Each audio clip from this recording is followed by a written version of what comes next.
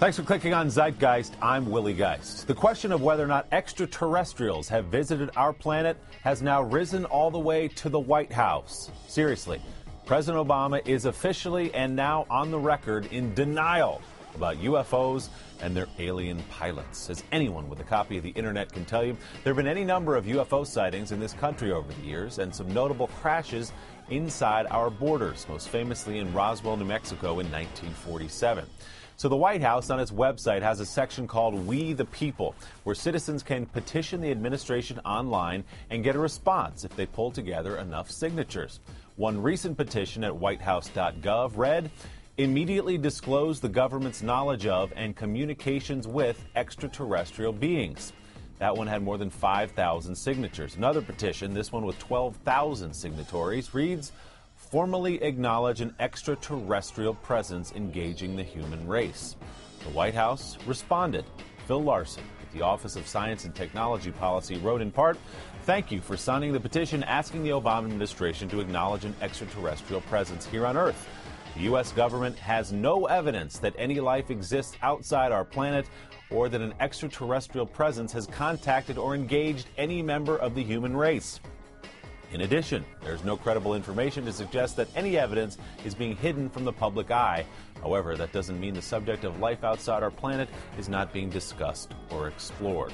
Larson lays out some of the groups studying life off Earth, pointing out that many scientists believe there is life on some faraway planet, but that we humans are unlikely ever to make contact because of the, quote, distance involved.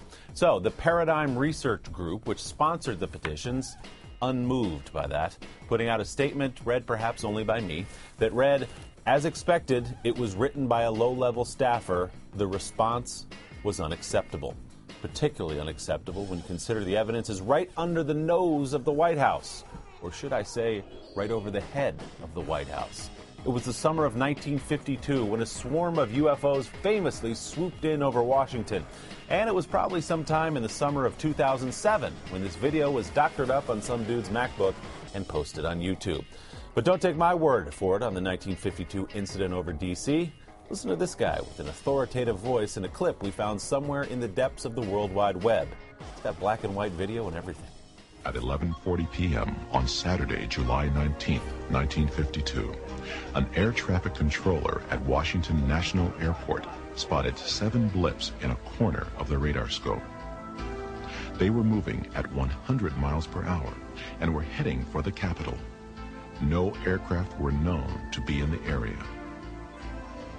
Jet interceptors were scrambled to investigate the UFOs, but within moments, the radar blips had disappeared. When the jets landed, the UFOs returned. Well, Phil Larson of the White House Office of Science and Technology Policy. Facts and evidence can be an inconvenient thing, can't they? You say you have no credible evidence of extraterrestrial life on Earth. I say you don't have YouTube and a guy with a soothing, deep voice. Expect a new petition on your desk by day's end. That's Zeitgeist for today. I'll be back here soon with much more of the news you cannot hear.